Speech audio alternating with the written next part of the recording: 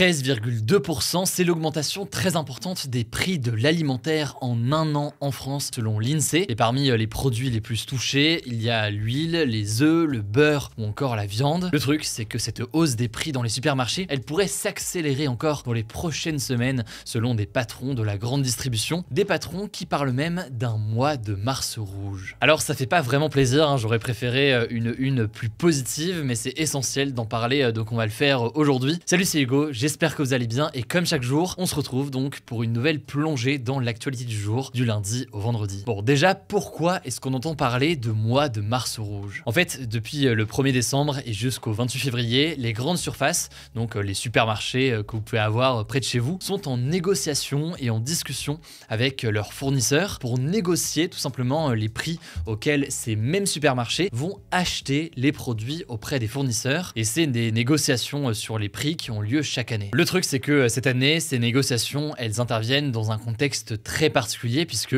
depuis un an, vous le savez, il y a eu la guerre en Ukraine, combinée à une reprise de l'économie mondiale après la pandémie de coronavirus. Et tout cela combiné, il y a d'autres raisons aussi, notamment à l'échelle européenne qu'on n'a pas le temps d'évoquer ici, mais tout cela combiné, eh bien, ça a fait flamber les coûts de l'énergie, les coûts des matières premières ou encore les coûts des transports. Du coup, cette année, eh bien, les industriels et les producteurs réclament et demandent des prix beaucoup plus importants d'achat par les supermarchés, tout simplement pour faire face à ce contexte mondial. Et pour vous donner un exemple, fin janvier, Michel-Édouard Leclerc, qui est, spoiler, le président de Leclerc, expliquait sur son blog qu'il y avait en fait assez peu de demandes d'augmentation à des fournisseurs inférieurs à 10% et que la plupart des demandes d'augmentation des prix allaient être comprises entre 10 et 30% d'augmentation. Le truc, c'est que à l'issue de ces négociations dans quelques jours, eh bien, les supermarchés pourraient faire le choix donc de répercuter la hausse des prix auxquels ils achètent leurs produits directement sur les consommateurs. Donc en gros, les producteurs disent voilà, je le vends au supermarché plus cher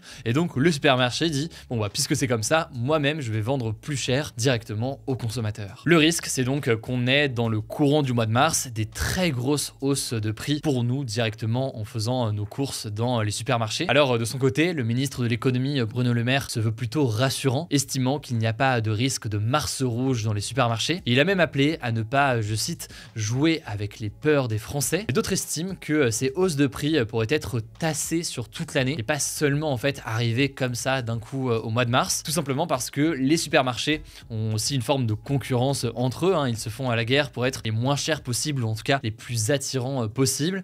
Et donc on peut imaginer que certains supermarchés, enfin certaines grandes surfaces décident de ne pas augmenter subitement tous leurs prix, mais donc d'étaler, disons, cette augmentation au fil du temps. C'est par exemple l'avis du patron de l'enseigne Système U, donc qui fait les Super U ou autres, Dominique Schelcher, qui estime qu'il est exagéré de parler d'un mars rouge, car selon lui, ces hausses de prix vont s'étaler dans le temps. Cela dit, on est d'accord, je suis pas sûr que ce soit beaucoup plus réjouissant de savoir que ça va finir dans tous les cas par augmenter, mais voilà donc en tout cas dans les discussions et dans ce que l'on sait aujourd'hui. En tout cas, ce qui est sûr, c'est que la hausse des prix a déjà des conséquences très importantes et souvent très dures sur la consommation des Français. Selon une étude de l'Institut Nielsen IQ et 60 millions de consommateurs, un Français sur 4 a déjà réduit sa consommation alimentaire et près d'un tiers des 18-35 ans sautent des repas pour des raisons économiques. Ça a donc un impact et une conséquence sociale et dans le quotidien de beaucoup de personnes, notamment les jeunes, qui est très importante. Et tout ça se fait dans un contexte où sur l'année 2022, on était déjà sur une augmentation importante des prix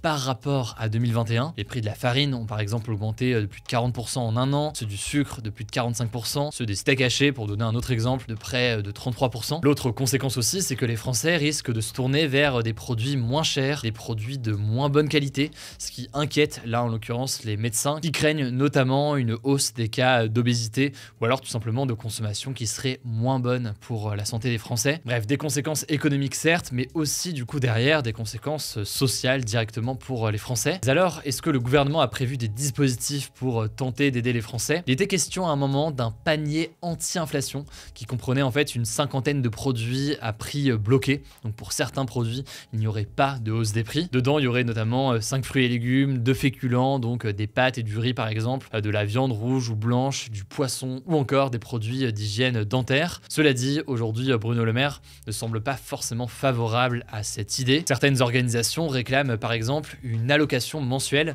donc une somme d'argent versée aux familles les plus modestes, qui leur permettrait donc d'acheter des produits sains. Bref, alors que cette inflation des produits alimentaires menace de s'accélérer, le gouvernement va réunir dans les prochains jours les acteurs de la grande distribution pour tenter de trouver des solutions.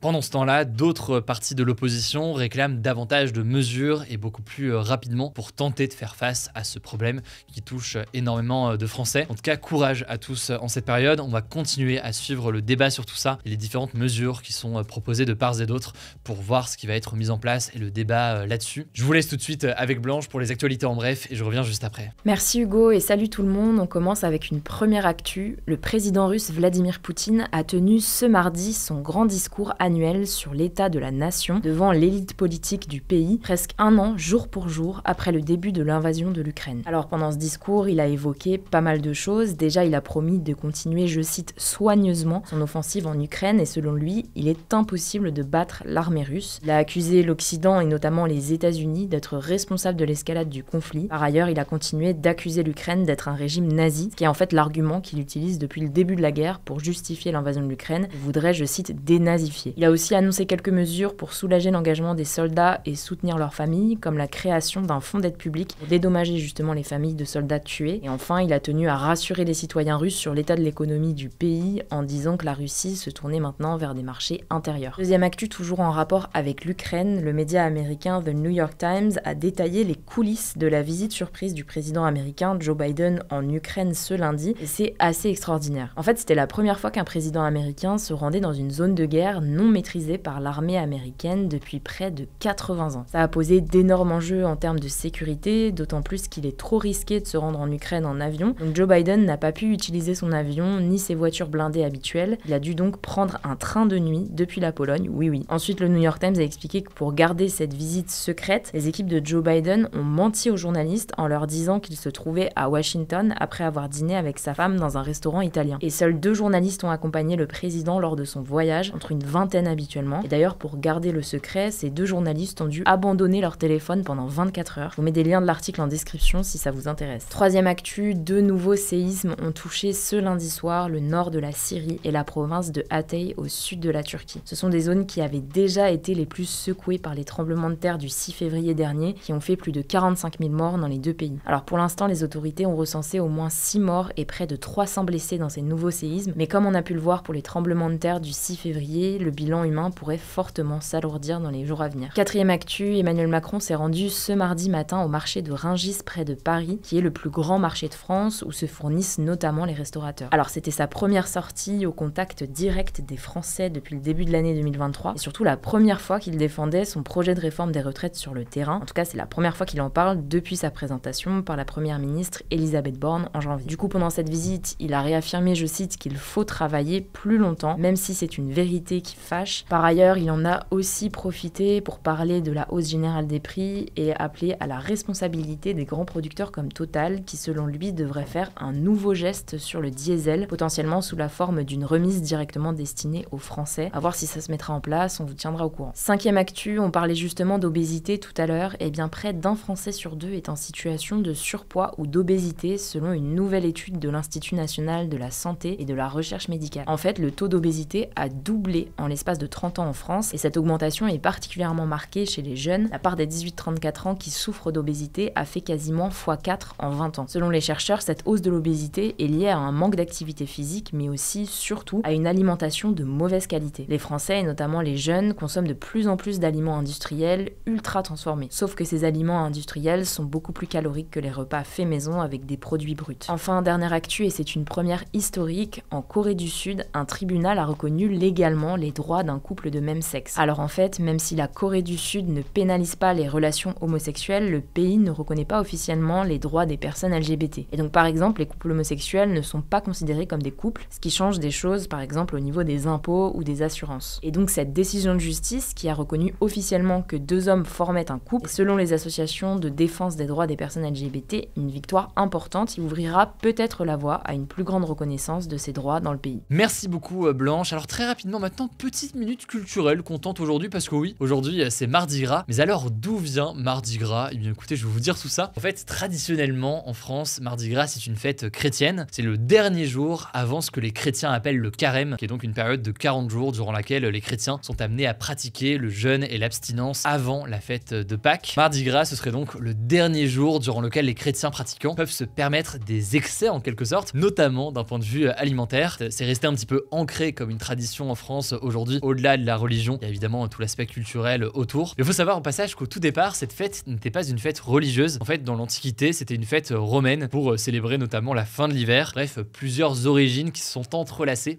et recoupées au fil des siècles. Alors, le débat hier, c'était le suivant. Êtes-vous favorable au retrait automatique du permis en cas de conduite sous alcool ou drogue? Vous êtes très nombreux à être globalement favorables à une telle mesure. D'ailleurs, merci pour vos retours. Effectivement, on a été un petit peu imprécis sur le fonctionnement de la loi aujourd'hui, sur les retraits de permis en cas de consommation d'alcool ou de drogue au volant. Merci du coup pour ces précisions. Le débat aujourd'hui, c'est le suivant, c'est plus une discussion. Avez-vous le sentiment que c'est difficile de manger équilibré aujourd'hui? Et ça se passe directement dans l'onglet communauté de cette chaîne YouTube. Si cette vidéo vous a intéressé, vous serez sûrement intéressé par le sujet d'hier qui parle de la question de pénurie d'eau en France et des grandes problématiques liées à la sécheresse en ce moment. Je vous renvoie donc à la vidéo d'hier et je vous dis à demain.